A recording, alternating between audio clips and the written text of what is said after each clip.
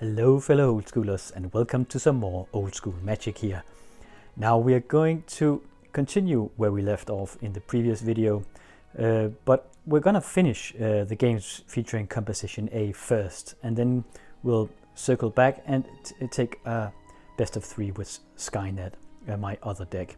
So this is Composition A against a blue and red counterburn deck. So it is a very quick rush kind of deck, but it also has the added nastiness of playing with a bunch of Blood Moons. And usually Composition A is not a huge fan of playing against Blood Moon because it's a 5-color deck. But I have sideboards against it, so it will be an interesting benchmark to test if Composition A can keep up against Blood Moons like that. We'll see. It is a lethal deck we're against here. Let's go over the decks real quick here, and as usual, if these deck techs are not your thing, you can go to this particular timestamp for the first match. As for the rest of us, let's get on with the deck techs here. And this is Jens Ole's blue and red counterburn deck. And what immediately springs to mind or into the eyes here is those 3 Blood Moons main deck. That's pretty extreme. But when it works, right? It will be brutal against me, I think. There's a full burn package here with 4 lightning bolts, 4 chain lightnings, and 3 sonic blasts, and a couple of shatters to back the removal up. 4 counterspells and a mana drain. There's a bunch of one-offs like the fireball and the fork and the brain geyser. Then we have the 3 blue power cards and the on-color Moxen, blue and red.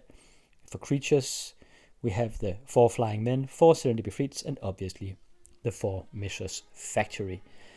Now he has those plateaus there, main deck, and I remember in this matchup I actually thought that he splashed white in it as well, but I suppose it's there as a red herring, just to make people think that there's white in the deck as well, and it certainly worked on me. And it doesn't really matter to the blue and red counterburn deck because, they're just functioning as mountains, and even under a blood moon, well, they'll just be mountains as well, so might as well put in the plateaus just to throw people off, I guess. I gotta keep my eye out on those plateaus in general. More and more they're used as this red herring stuff. Let's go over the Composition A. Now, Composition A has been featured, as said, a bunch of times on this channel before, so I won't use too much time on it here. It's 5 colored. Every dual land produces black mana, so it is a mono black core here with 4 Jusum Gens, 4 Hypnotic Spectres, and a single Singia Vampire as creature base.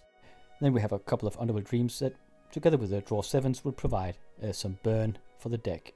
A lot of removal, like Swords to Plowshares, Sinkholes, Lightning Bolts, Disenchants, stuff like that, and a bunch of strong cards from all the other colors as it splashes into all 4 colors. So that's the matchup for today. Let's get it on.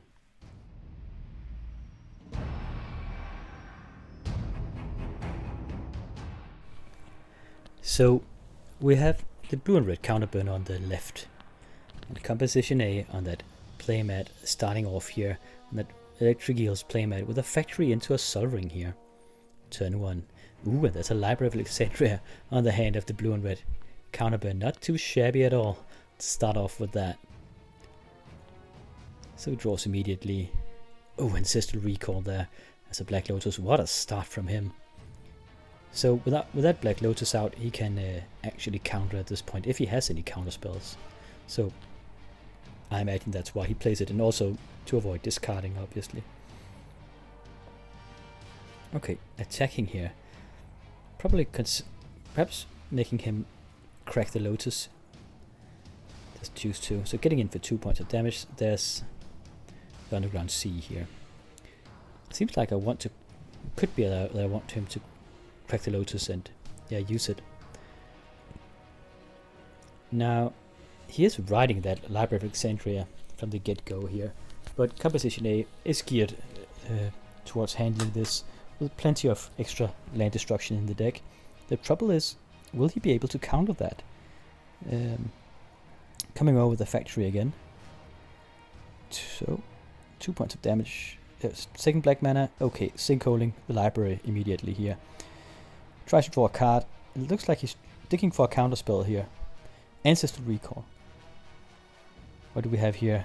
Serenity Befried, Flying Men, and a Sonic Blast. No counter magic after all those cards. That's pretty damn unlucky for the UR counterburn after such a brutal start. But put some brakes on him. But he has an Ancestral Recall out. And yeah, I've used that library about 3 times, I think. So he's well ahead at this point. First Flying Men, second Flying Men. Cracking the... Oh, and a Serenity Befried. Here we go. Flying Army. Descending from heaven here. Against the Composition A. Okay, Soft Plowsharing the Serenity Befried. I could have waited until the upkeep for that, for him to take some damage, but I think I'd rather not, because he could be countering. Coming over with the Factory, he could double block for a trade, but he chooses not to. Probably reckons that he has so much burn in that deck that he just wants to all out counter attack here. Another Flying Men, yeah. Putting me down to 16 points of life, like him.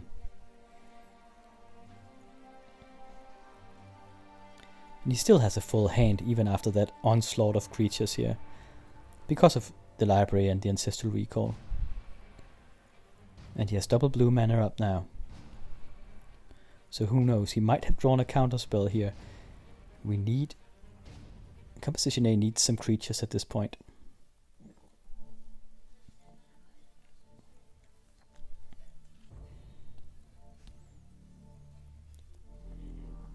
Okay, Lightning Bolting one of the critters coming over, and he Lightning with the Factory, and it gets immediately bolted as well. So now I am without a creature and only 4 mana sources left. Factory coming out of counterburn here, attacking with the 2 Flying Men. Putting Composition A down to 13 points of life. He's at 15. Now he uses a Brain Geyser for 2. Taking a point of damage from the City of Brass. I have no idea how many cards he's ahead at this point, but it's gotta be a bunch, right? Jusumjin coming out. Now he might have difficulties removing this because he doesn't play with City in a Bottle. He can't with all those Arabian Night cards he plays with. He doesn't have Swords to Plowshares. But he does have 2 Factories here. So he can actually double block and then pump himself. Okay, Chain Lightning me down to 7 points of life here. Going to 6.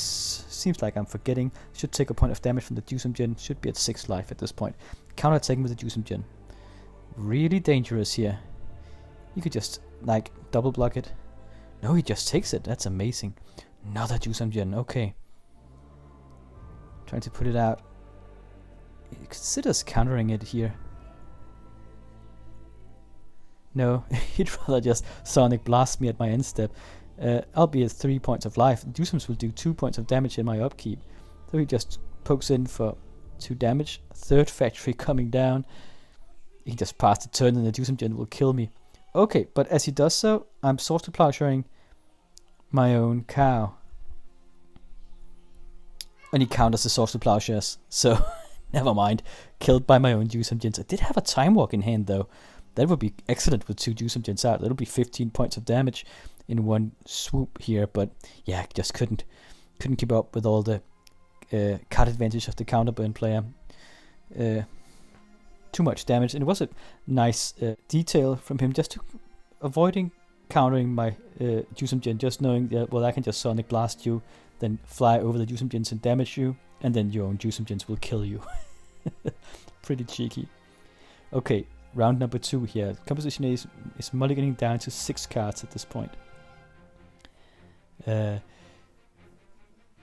So, after sideboard, I'm almost positive I have of all the red blasts and the blue blasts I can get near. Probably put in the sushis as well to avoid any blood moons. Gotta keep out for those. Keep an eye out for those. Factory coming down. And he has a Factory and a Mox. At least there's no library in this game. Scrubland.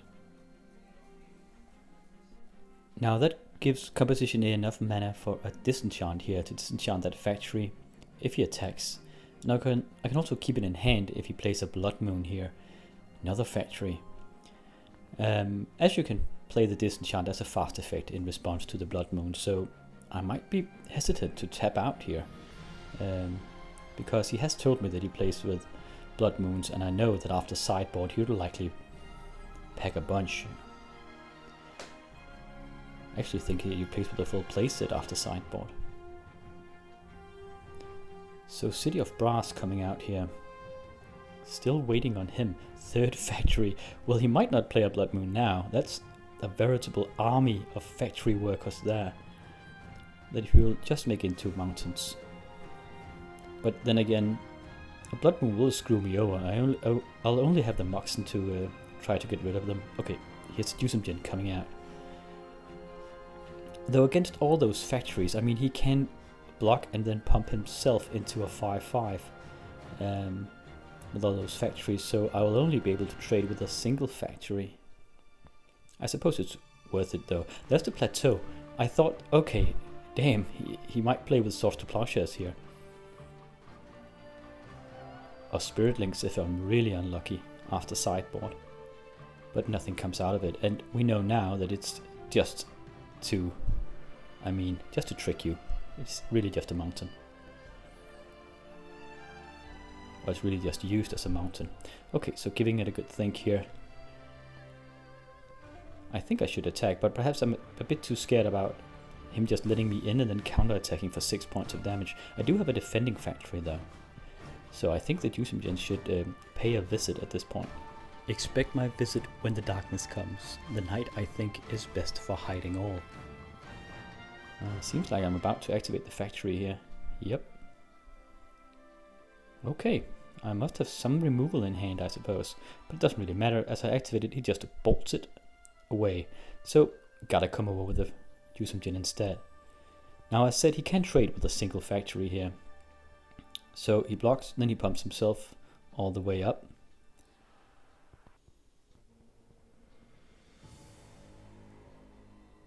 Okay, yeah, looks like I saw, yeah, then I saw the Plowshare.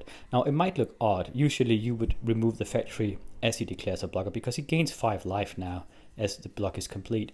The problem is when you have so many factories, and if I do it at activation, he'll just use it to pump another factory and then block with that and then kill my Dusemjin. So I have to wait until after block, if that makes sense, if I want the Dusemjin to survive. And I do, because there's only 2 factories now, so he can't really block him. He can't pump himself into a 5-5, though he can still double block me.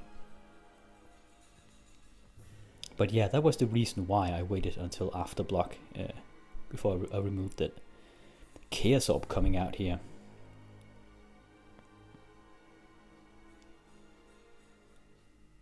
Okay, activating the Chaos Orb, and as a response to that, I disenchant the Chaos Orb. The Chaos Orb is a bit weird in that regard. He counterattacks with the factory here for 2 points of damage.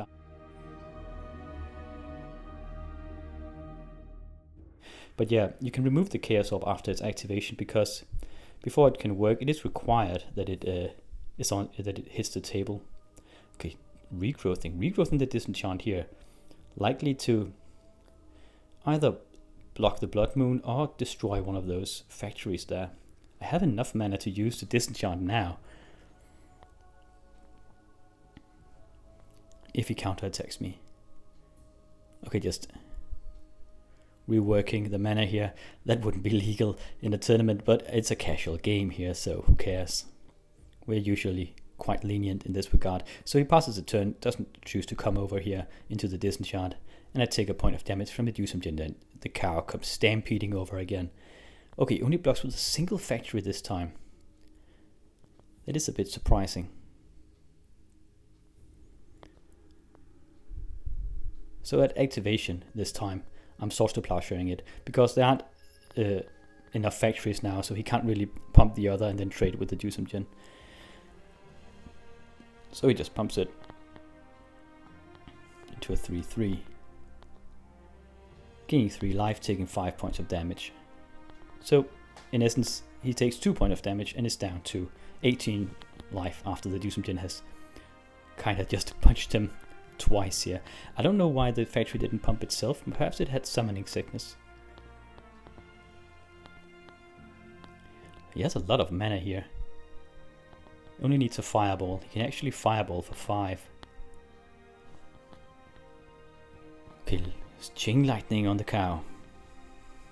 Just cracking down. There's a lightning bolt That'll finish him off. It is a 2-for-1 though. So he has put in a ton of work, that Yusamjin. Getting rid of, helping with getting rid of the factories and yeah, making contact twice with the attacks and drawing 2 bolts. Okay, Sushi coming out, and these are after sideboard that they've been put in. They can be played during a Blood Moon, and they are quite nice against the Abyss as well. And as we don't play with Mana Burn in the Swedish format, they're actually quite nice. Though he can remove them with his Shatters, unlike the Yusamjins and Sink a Vampire.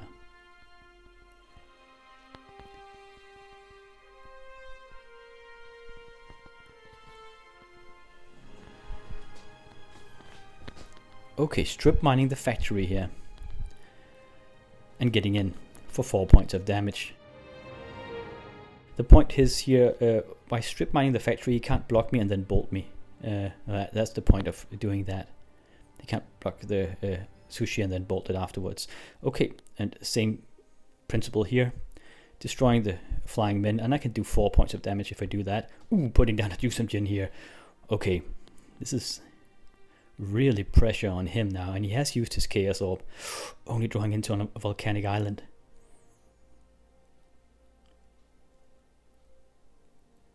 Coming over for 9 and then bolting him. Okay, so he had more than okay, what?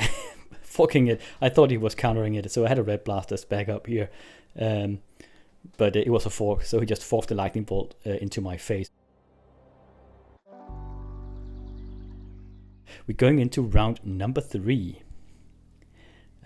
The final match of this bout here. It is 1-1 between us.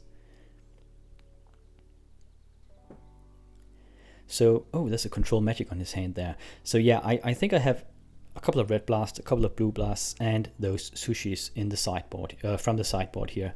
I don't know what I'm taking out. I actually can't remember. Probably some of the... No, not the disenchants, because they have to be used against this Blood Moon. I can't really remember. Perhaps the Underworld Dreams are out? Maybe? We'll see. He's on the play. Oh, Library of Alexandria turn 1 again here. And I even had to mulligan down to 6. I hope I didn't take the sinkholes out. I might have. Drawing into another card here. Yeah. And he has a Blood Moon in hand. That's an island. He won that island in the finals of the Long Island Cup. I played him in that finals actually. So that was his first prize. Getting out of Sol Ring here. Yeah, it is an altered beta island altered by AS altars. Balancing here. Okay, that makes sense. Because of the mulligan, I'm down to 5 cards here. So now he has to discard a couple of cards, which puts him outside library range for a bit here. So if he wants to climb back into library range in his hand, he can't play anything next turn. So it just holds him back. Really just trying to buy time here until I can find an answer for that Library of Alexandria. When you're against the turn 1 Library of Alexandria, every turn that you can keep him from drawing with it is important. So he keeps it in hand, just holding back, trying to save up for it again. Ooh, and I mind twist him here, oh man. Okay, so I used the balance in order to just save mana up for the mind twist. And he wouldn't play his second island. Okay, getting a Sonic Blast, a City of Brass, and a Lightning Bolt, a bunch of burn here. Yeah, but I figured that he wouldn't play his second island because he wanted to save up for the Library of Alexandria. Now that's another way to counter. Ooh. Library of Alexandria is mind twisting him like this and balancing him. But now he plays a Blood Moon as I'm tapped out, and then using Ancestral Recall. Look at the way he just flung that. Ooh, but I have a blue Sapphire, so that's an Ancestral Recall of my own. Okay, and here comes the Sushi. As said, they can be played during a Blood Moon as it's an artifact creature. That's pretty nice. Oh, but he nicks it with the control magic. We're just going really back and forth here. And I'm in a headlock with that Blood Moon there. Chaos Orb coming out here though. Okay, what to take here? That's a bit of a dilemma. I could take the Blood Moon, or I could take the control magic. It all depends on whether I'm banking on finishing the game with the Sushi, or I want a longer game. Okay, going for getting the Sushi back. Really important flip here. And it hits. Okay, so sushi is mine. It has Summoning Sickness though, so I guess I gotta just live with that Blood Moon. I can't play anything else. Just really gotta hope that he can't double bolt it or fireball it. Okay, again he fireballs it. Okay, fair enough. But another sushi coming out here, so I must have had that in hand. That was why I took the control magic. I really wanted to get out the creature aggression here.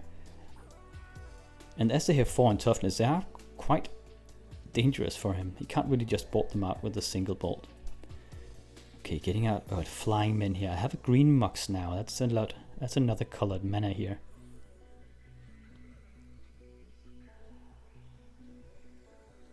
Passing the turn.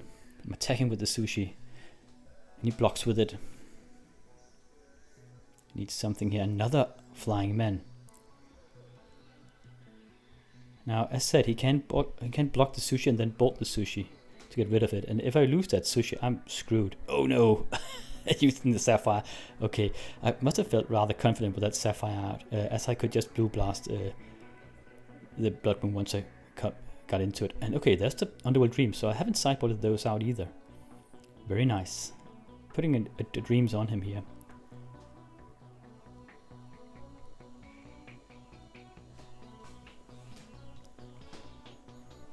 Coming over again with the sushi.